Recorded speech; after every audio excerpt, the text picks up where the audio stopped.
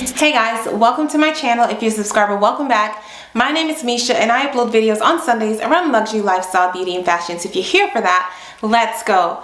Alright guys, today's video is going to be about how to look expensive on a budget. I'm going to give you 10 tips and tricks about how to look expensive on a budget. This is going to be a really helpful video because we don't want to spend all our coins on clothes and shoes and bags and things like that. We have other things that we want to enjoy in life, right? We want to travel, we want to live well, we want to come home to a nice, beautiful, comfortable home, we want to drive nice cars, and so we can't spend all our coins on our clothing. So how can we look and feel expensive or luxurious without blowing the bank? So number one has got to be your confidence, your posture and your confidence. I am not the most confident person, but I give off confidence, and I've been doing this since I was in the 7th grade without even knowing.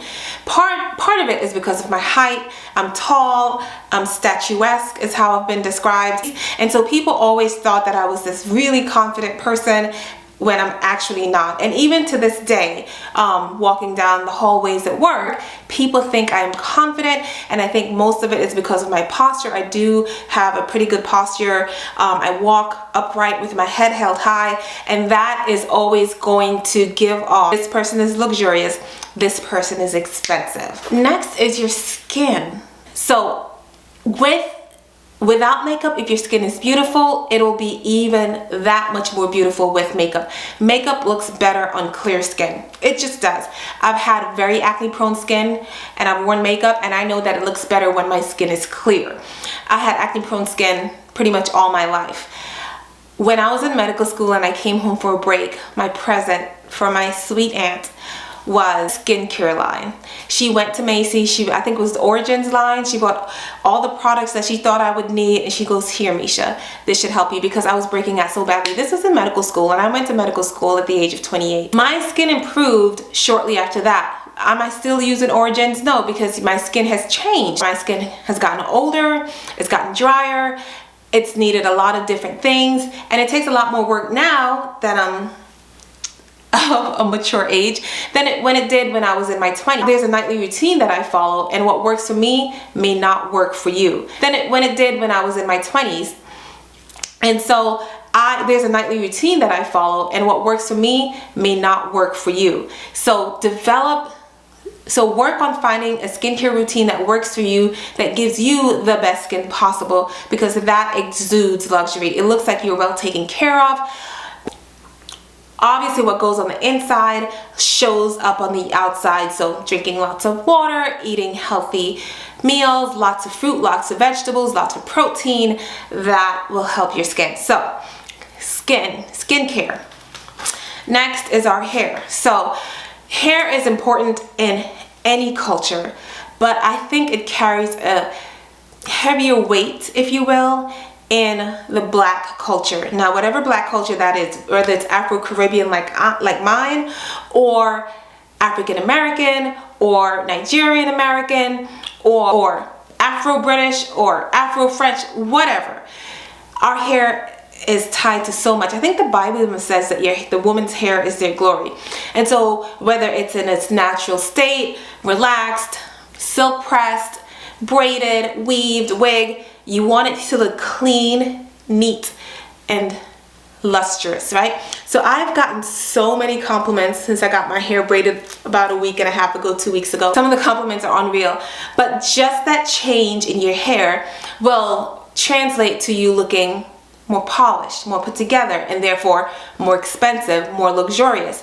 And when you're getting compliments on your hair and compliments on your skin, then your posture is going to improve, your confidence is going to improve as well, along with the outward things, just taking care of your hair, whatever works for your hair type. It's going to be tied to also what you put in your body. So lots of fruit and vegetables, lots of water, healthy food, trying to avoid excessive alcohol, not smoking is a big key. Like, not smoking will help you, you know, not have wrinkles, especially around your mouth, yellow teeth, things like that. And I'm gonna add this one on, is your smile as well. We see a lot of people paying a lot of money for veneers and things like that. That's because it really does help.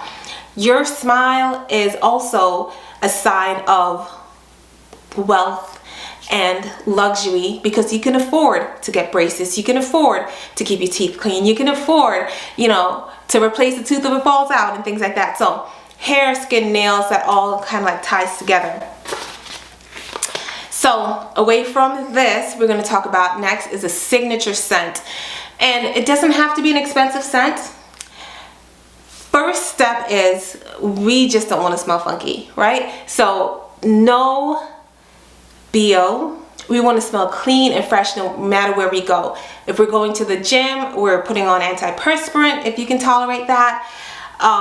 We're doing a little body spritz. So even after we've worked out for 30 minutes, an hour, 2 hours, we are still smelling fresh, we're still smelling nice. So we're going to keep that nice and fresh. That is going to elevate your look. That someone's going to say, oh, I saw her in the parking lot of the gym and she was sweating profusely, but she smelled so good. So we want to keep that fresh smell. And fresh doesn't, we want to keep that good smell. Now, for other occasions, you might want to apply perfume if you can tolerate that. I have a bunch of perfumes that I like. If you want me to do a video on my favorite perfumes, I can do that. I've done that before. But you find something that works for you, something that doesn't break the bank, or that might be your one splurge that you might want to, that might be the one thing that you might want to splurge on, and you might say, well, you know, I'm gonna get this expensive bottle of perfume because it makes me feel good. But just make sure that you have a scent. Now, does a signature scent mean that you have to wear the same scent all the time? No, I just think you just gotta always smell good. I don't really have a signature scent. I just wear perfume that matches my mood, the weather, and my outfit.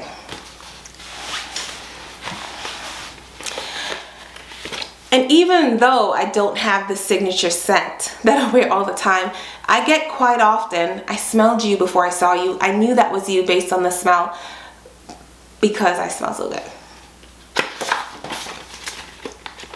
All right, next we're gonna start talking about clothes now. So once you start buying the clothes, the number one tip I can give you when it comes to looking expensive and looking chic in your clothes is the fit.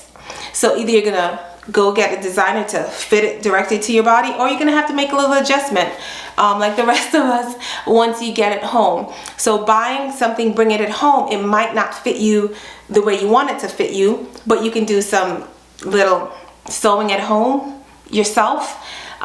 You can tell I don't really know how to sew by my hand movement. Or, you know, just staple some things together. If you're running out of the door, in the video 2 weeks ago, I showed you these little clips that I got on Amazon that can make the waist of your garment smaller. So there are lots of tricks like that, and there are lots of tricks like that, but the best one by far is getting yourself a good tailor. A good cheap tailor that can pull in the waist, let things out when it's too tight, hem a pants if it's too long, let the hem down if it's too short. All those things will make a difference in how you look and how you feel in your garment. You want to make sure your clothes aren't wrinkled unless it's supposed to be wrinkled. You want to iron them, make sure it looks clean and presentable. Get rid of any stains that you have and any pilling that you have on sweaters. Like a lot of times sweaters will get pilling here. For me, just go ahead and take a clothing shaver and shave that off. You look so much more expensive when you do that. Next, when picking out clothes, you want to pick out fabrics that are natural fabrics. They tend to perform the best. Now, all my clothes are not natural fabric, obviously.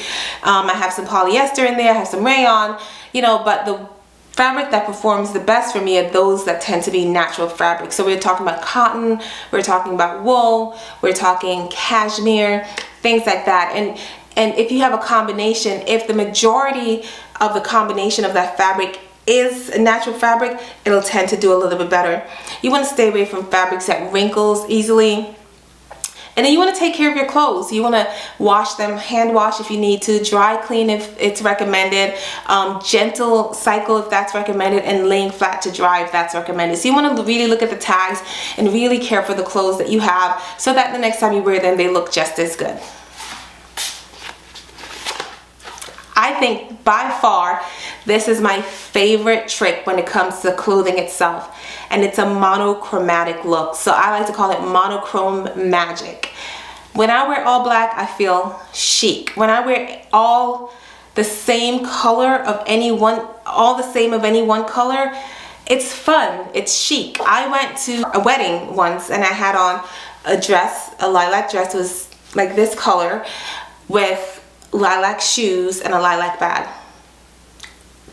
The amount of compliments I got at this wedding, and everyone at this wedding was stunning, dressed to the nines, but people just kept coming up to me, and it was because they saw, because it looked like I did a lot of work, when all that I did was like, wait, I think I have a purple bag, or I think I have a purple shoe, and I threw them all together and it matched perfectly, and people loved that. I did the same thing in another wedding.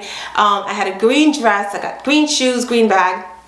Monochrome look eats every time. Now, some people refer to monochrome as black and white. I really don't. Monochrome to me means one color, but black and white is great too. I love black, I love white. Put them together, that's great. You want to choose accessories. Number 8, you want to choose accessories that elevate your look. So whether that be sunglasses that suit your face, jewelry, whether that be, you know, costume jewelry like this necklace I got from COS, or these earrings from COS that won't break the bank but will bring a luxe look to your outfit. This bangle from Cartier, that'll kind of break the bank, but nonetheless it brings a luxe look to your outfit. Handbags, that's why a lot of people first luxury purchase is a handbag, because you can bring it with multiple outfits over and over and over and over and over and over and over again, and it will elevate the look of your outfit. Even if you're wearing everything from the Gap and a Chanel handbag, your outfit is just elevated, looks more expensive, looks a little chicer. Next, going back to kind of body care, you want to make sure your nails are on point. Don't look at mine because they're a little bit old, but you know, for the more expensive look, people say to go with short, manicured, neutral color, but I think as long as they're clean, well manicured, that you could do pretty much any color, any design you want, and it'll still look expensive. It'll still look like you took time to do your nails. Now, if it doesn't match your outfit, it may look a little bit off.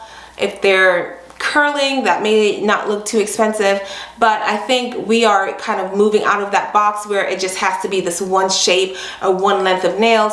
This, in my opinion, tends to look, the shorter neutral color tends to look a little bit more classy, but I also love colored nails, which is what I'm planning to get the next time I do my nails. I'm going to get a green nail because it's St. Patty's Day. And longer nails, you know, kind of elongates the finger, and that can look expensive as well. And last but not least is luxury dupes. So what do I mean by that? Do I mean counterfeit? No, I don't. I think that these big luxury houses, they have teams of people looking into what looks good, what looks expensive, what is going to be on trend for this season. They put a lot of money into that, and these smaller designers, these smaller houses don't really have that budget. So when the big house these big houses come out with something, then a smaller house may copy it and say, this is, we're not saying that this is Chanel or Gucci or YSL, but this is an alternative. This looks like that design that you love, that you don't want to spend that money on. And I think that's perfectly fine. We all have to stay within our budget. We all, you know, number one is we're going to stay within our budget. Number one is we're not going to put ourselves into debt to look a certain way. And so getting designer dupes can get you the look that you've seen on Pinterest, YouTube, TikTok, Facebook, Instagram, without actually breaking the bank. So these are my 10 tips for looking expensive, looking luxurious every single time you leave the house. Thank you for watching this video. Please leave your favorite tip below. If you have a different tip than mine, please leave that below as well in the comment section. Don't forget to like this video. Don't forget to subscribe to this channel. And meet us back next week for another video on luxury, lifestyle, fashion, and beauty. with your favorite physician. All right, guys, see you next week. Bye.